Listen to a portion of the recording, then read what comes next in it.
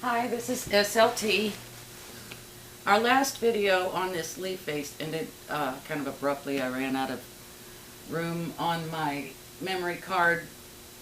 I guess when I get rich and famous I'll buy a larger one, but for now we have to keep the videos kind of short. This is basically where we are.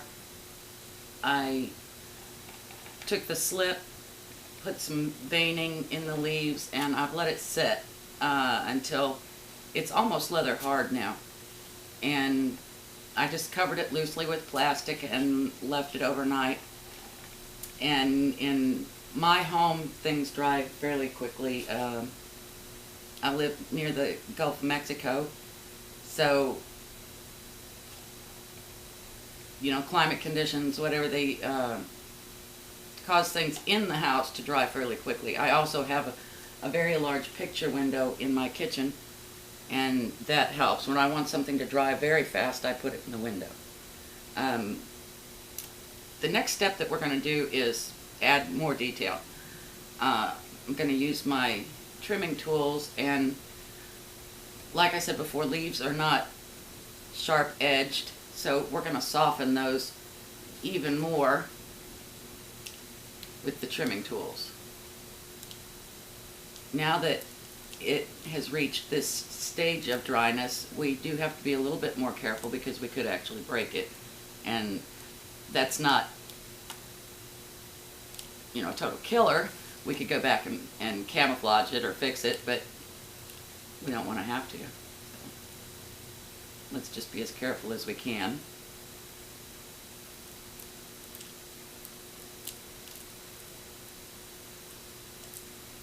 It doesn't have to be perfect either. Like I've said before, leaves are not perfect, and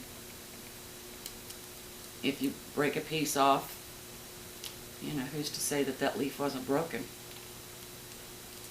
I meant to do that.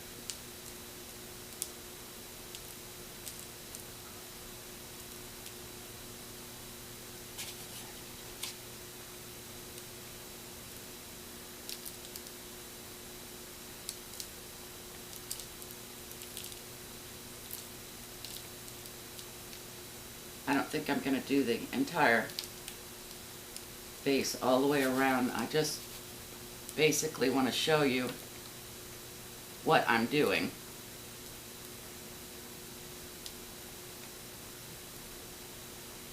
I'm rounding the edges off, softening them a bit.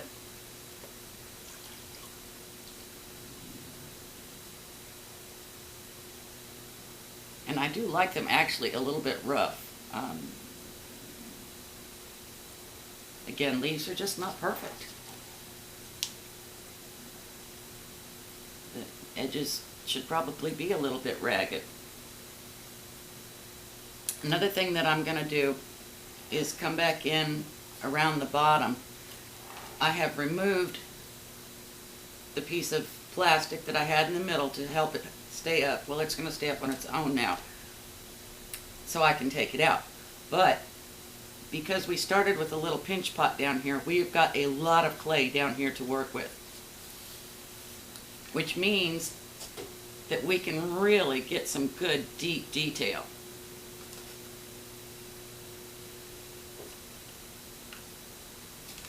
You can basically go in here just as deep as you want.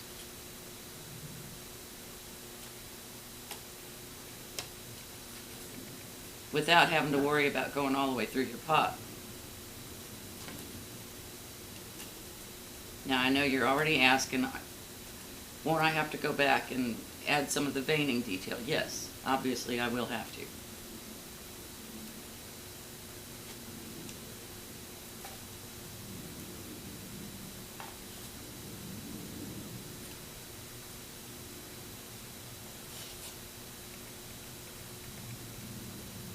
Now, this is going to be the last in this series, so I do want to show you one more thing that I'm going to do with this.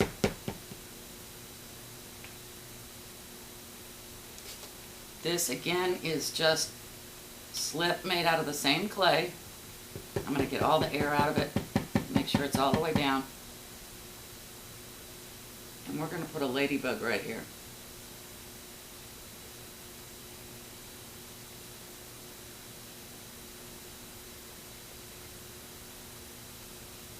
that. When this is finished, that's going to be a ladybug. I'm going to keep working on this. I will show it to you again when I get ready to put it into the bisque firing.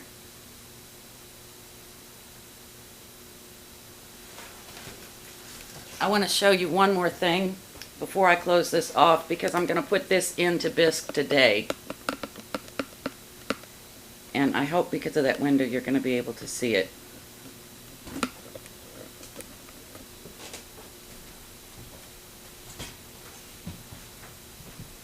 I'm calling this an urn. I don't know, it's just something that hit me one day to do. I threw this on the wheel. My lid's not sitting on there correctly. I'll have to fidget with it. But I am getting ready to bisque fire this. In the end, it's going to have a lot of gold luster detail on it, and I just wanted to show you that. It's something that I've had fun with. So for now, this is SLT saying, keep throwing.